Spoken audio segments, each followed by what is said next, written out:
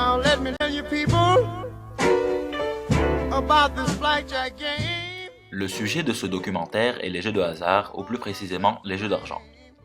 Nous nous demanderons donc quelle est l'influence de ces jeux sur la société tunisienne et française. Pour répondre à cette question, nous avons mené une enquête qui nous permettra de nous pencher sur différents aspects liés aux jeux de hasard, comme leur histoire, ainsi que leur impact sociologique, économique et psychologique sur les deux sociétés. Un jeu de hasard est un jeu dont le déroulement est partiellement ou totalement soumis au hasard. Il existe des jeux de hasard purs qui ne demandent aucune tactique, comme les jeux de grattage, et des jeux de hasard raisonnés se pratiquant avec des dés ou des cartes comme le poker. La plupart des jeux de hasard sont des jeux d'argent qui sont le sujet principal de ce documentaire. Les jeux de cartes et de dés comme le brelan ou le quadrille existent depuis le XIIe siècle en France. La loterie nationale est créée en 1539, ce qui marque le début du jeu grand public. Ces bénéfices servaient à financer la charité publique, comme les églises ou les hôpitaux. Après la Première Guerre mondiale, l'Union des Gueules Cassées a repris la loterie pour venir en aide aux blessés de guerre. La Française des Jeux est créée en 1976 et apporte avec elle le loto, qui est le jeu de hasard le plus consommé à l'heure actuelle. Elle est alors l'entreprise publique qui détient le monopole des jeux de hasard et des paris sportifs sur tout le territoire français. Le PMU voit le jour en 1930 et devient la deuxième entreprise de paris hippiques mondiale en 1985. Cependant, la FDJ reste le principal fournisseur de jeux de hasard en France. Les casinos y sont également l'un des monopoles de jeux. Les premiers voient le jour à la fin du XVIIIe siècle. Aujourd'hui, le principal casino français est celui d'Enghien-les-Bains, avec 157 millions d'euros de chiffre d'affaires en 2011. Dirigeons-nous maintenant vers la Tunisie. Les jeux y apparaissent beaucoup plus tard, à la fin du XXe siècle. L'entreprise Promosport, société publique des jeux de hasard et des paris sportifs, est créée en 1984. Elle détient le monopole du jeu en Tunisie. Le PMU s'implante également à la fin du XXe siècle avec son tiercé. Quelques casinos voient également le jour, notamment dans les villes de Djerba, Sousse et Hammamet dans les années 90. Cependant, il n'en reste que très peu à cause d'un manque de gestion et de rentabilité, puisque ces derniers sont interdits aux résidents en Tunisie, considérés comme nocifs par l'État. Voyons ce que M. Ben Abdesselem, ancien PDG de Casino en France et en Tunisie, pense de la situation. Les jeux de hasard en Tunisie, l'Assemblée nationale tunisienne a légiféré en 1973 après avoir négocié avec le feu président Bourguiba. Le but, c'était de promouvoir la destination de Tunisie et permettre aux touristes qui venaient de l'étranger, essentiellement d'Europe, de jouer dans des casinos tunisiens, parce qu'à l'époque, il n'y avait pas beaucoup de loisirs. Et cette expérience au niveau institutionnel a été donc en fait une loi qui est sortie en 1973, mais suite à cette loi-là, les prélèvements étaient tellement importants qu'il n'y a pas eu réellement d'exploitants de casinos. La première ouverture réelle, elle s'est passée à Sousse en 1985. Mais la première expérience probante, c'était à Djerba, le 20 avril 1998. Et une ouverture d'un centre d'animation et casino avec 280 emplois à l'appui, où il y avait des salles de machines à sous et des tables de jeu, une trentaine à peu près. La riche histoire des jeux de hasard est due à une unique raison, son apport économique. En France, 60% des recettes de la Française des Jeux sont versées aux joueurs, soit environ 5,5 milliards d'euros par an. La FDJ et les détaillants, les vendeurs, gardent 10%, soit 1 milliard d'euros. L'État garde à son tour 30%, qui distribue une partie au Centre national du développement du sport, une partie à la sécurité sociale et une partie au budget de l'État. Chaque année, près de 30 millions de Français jouent à des jeux de la FDJ. Le loto est un monopole d'État. Sa cagnotte minimale est de 2 millions d'euros. On comprend donc son grand nombre de joueurs. Il y a une chance sur 73 millions de l'emporter. C'est un rêve presque irréalisable. Pour les casinos, on enregistre 40 millions d'entrées par an pour 192 établissements. La législation française leur permet uniquement de se situer dans des stations balnéaires, climatiques ou thermales, comme pour Enghien-les-Bains, pour éviter tout type d'abus. Nous avions une moyenne d'entrée de près de 2000 personnes jour. Et on développait un chiffre d'affaires de l'ordre de 100 millions d'euros. Alors qu'un casino tunisien, il fait à peu près 2 500 000 euros par an. Donc c'est pas du tout la même chose. Les jeux sur Internet sont un marché en pleine expansion depuis environ 10 ans. 75% des joueurs jouent à des jeux de tirage. Ces jeux sont les plus convoités puisqu'ils sont plus accessibles et promettent des sommes impressionnantes. 60,9% des joueurs misent régulièrement moins de 500 euros. Maintenant en France, ça m'arrive de jouer au loto. Plus souvent, c'est le loto ou les jeux de grattage. Avez-vous déjà gagné? 2 euros, ouais. Vous avez dépensé combien quand vous avez gagné 2 euros? Bon, quand je joue, c'est 2 euros par semaine. Les jeux de hasard sont donc un petit passe-temps pour la plupart des joueurs. Seulement 7,1% misent 1500 euros et plus. L'âge moyen des joueurs est de 43 ans. Un joueur sur 5 est un joueur actif, c'est-à-dire qu'il a joué au moins 52 fois dans l'année ou dépensé au moins 500 euros. Un joueur actif français sur 5 n'a aucun diplôme, ce qui montre l'origine sociale et les besoins financiers de la plupart d'entre eux. Non, en fait, les jeux de hasard, en fait, c'est beaucoup d'argent. C'est un enjeu financier et c'est une recette de manne pour l'État extraordinaire. La différence entre la Française des Jeux et un casino, c'est que c'est un grand casino à ciel ouvert qui est accessible par tout le monde, les jeunes et les moins jeunes. Donc... En Tunisie, les jeux de grattage n'existent pas et les casinos sont très peu présents. Il n'en existe que un à Hammamet, un à Sousse et 2 à Gerba. Le poker est aussi peu présent et est souvent joué de façon privée. Le tiercé du PMU pour les paris sur les courses de chevaux est également présent en Tunisie.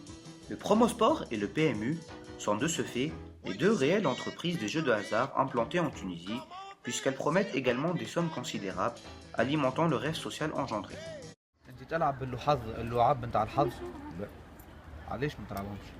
كيستيون دي براتيك اكثر نحب الحاجه نتعب عليها ما نحبش نستنى حاجه كيف ديما نستناها وما تتصورش اللي انت كنت نجم تلعب مع برومو سبور تعمر ورقه وتولي تربح برشا فلوس هذه نتاع انسان يحلم انا ما نحلمش.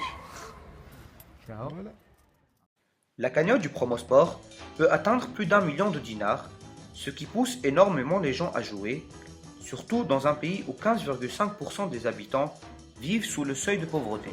C'est juste comme ça pour le plaisir un petit peu d'avoir, se dire, rêver un peu, de se dire tiens peut-être que je vais gagner. Bah ouais. Okay. D'accord. Rêver. Rêver un peu, certes, mais avec modération. En effet, la multiplicité des jeux ne peut que transformer les joueurs réguliers en joueurs compulsifs, ils deviennent donc vite accros. L'addiction se définit comme la dépendance d'une personne à une substance ou une activité souvent génératrice de plaisir. Elle s'applique à tous les jeux, du poker au jeu de grattage, en passant par les paris hippiques. Les joueurs veulent tous continuer à jouer et à gagner, mais il est impossible de gagner sur la durée. Quand la personne perd de l'argent, elle veut se refaire et donc elle continue à dépenser. Cette dépendance entraîne souvent des problèmes familiaux, relationnels, financiers, des pertes d'emploi, etc. Il y a donc plusieurs critères qui définissent les dépendances au jeu. Les symptômes sont multiples et dépendent de la gravité de la dépendance et de l'addiction. Le joueur part à la recherche du facteur qui le rend dépendant et il prend un risque en jouant car cela affecte sa santé psychique. Les cas de dépendance aux jeux de hasard ne sont pas très nombreux, mais les cas observés par le psychiatre que nous avons rencontré sont plus graves que les autres dépendances. Les gens ne peuvent pas s'arrêter de jouer, ce sont des dépendances plus corsées. L'addiction est difficile à déceler car elle ne touche pas la santé physique et se révèle souvent très longtemps après le début de l'addiction. Cela rend les chiffres concernant les accros très imprécis. Donc très souvent, il y a un impact sur la vie familiale, il y a un impact sur la vie professionnelle et un impact social. Très souvent, les couples se disloquent, les familles se disloquent, les gens perdent leurs emplois, ils se désocialisent. Pour vous dire la vérité, les cas de dépendance aux jeux de hasard ne sont pas très nombreux. Mais les cas que j'ai rencontrés, c'est des dépendances encore plus graves que les autres formes de dépendance. C'est une incapacité à retenir ses impulsions. La personne n'arrive pas à se retenir. Vous voyez ce que je veux dire? La personne n'arrive pas à se retenir. Et les antidépresseurs peuvent aider la personne à mieux gérer le contrôle de ses impulsions. En France, il y a environ 200 000 joueurs excessifs confirmés, soit 0,4% de la population.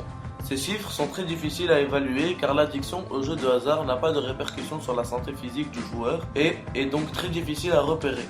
À l'hôpital Marmotton, à Paris, il y a de plus en plus de patients qui viennent pour une désintoxication contre les jeux d'argent, que ce soit les jeux en ligne ou les casinos. Il y a donc de plus en plus de joueurs compulsifs en France et pour cela, l'État a consacré une part de son budget pour la prévention en réglementant de façon très stricte les casinos pour empêcher les joueurs de trop jouer par exemple. Au casino, j'ai beaucoup de poker. Pourquoi jouez-vous pour gagner à chaque fois, j'y vais, je veux gagner. La dernière fois, je suis allé jouer au poker.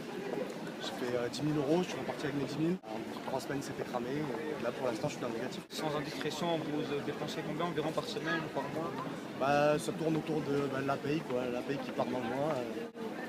Voilà, je me retrouve à découvert. Heureusement, je dis merci à la CAF. En Tunisie, les chiffres sont rares. D'après le docteur Zral, les slogans sont très négatifs. Ils influent sur les joueurs et les poussent à jouer. L'augmentation de la dépendance se traduit aussi par des lois, les casinos étant interdits pour les résidents du pays. Des personnes qui sont susceptibles d'être addictes au jeu. Donc oui, nous avons vécu en Tunisie, surtout par rapport à nos amis libyens, des problématiques d'addiction et des problématiques de jeu impulsif.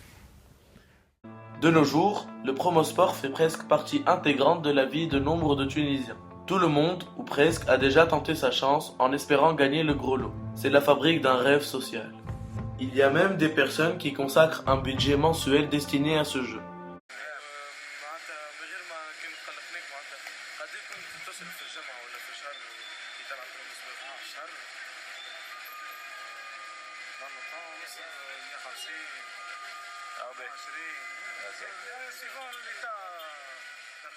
Entre grille nationale, grille internationale et promo goal, tout le monde y trouve son compte. Cependant, ce jeu n'a pas de répercussions graves et directes sur le budget et la vie quotidienne des parieurs, contrairement aux jeux de course épiques qui ont été la cause de nombreux drames familiaux. Comme tout jeu dont le principe de base est la mise, la tentation de regagner est toujours plus forte que la raison. Ce rêve de gain n'est heureusement pas partagé par tous les joueurs.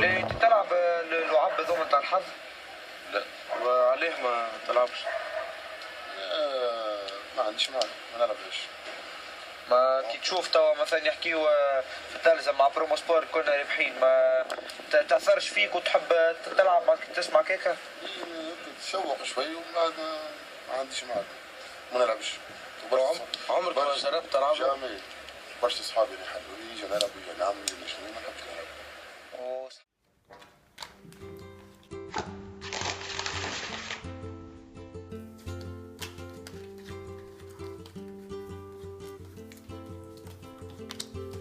Les jeux de hasard sont donc, depuis le XVIe siècle en France et la fin du XXe siècle en Tunisie, une source de revenus pour de nombreuses entreprises, pour l'État et pour les consommateurs.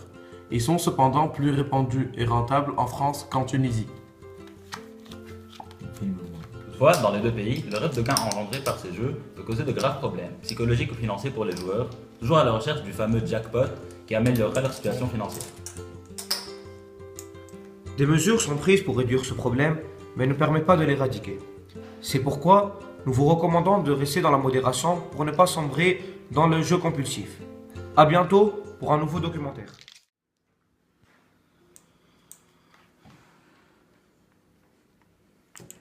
Bien, 600.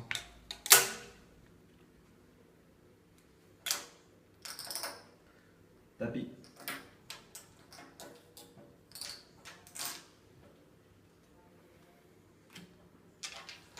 Je suis. Alors? Faut le roi par les dames. Faut les as par les dames.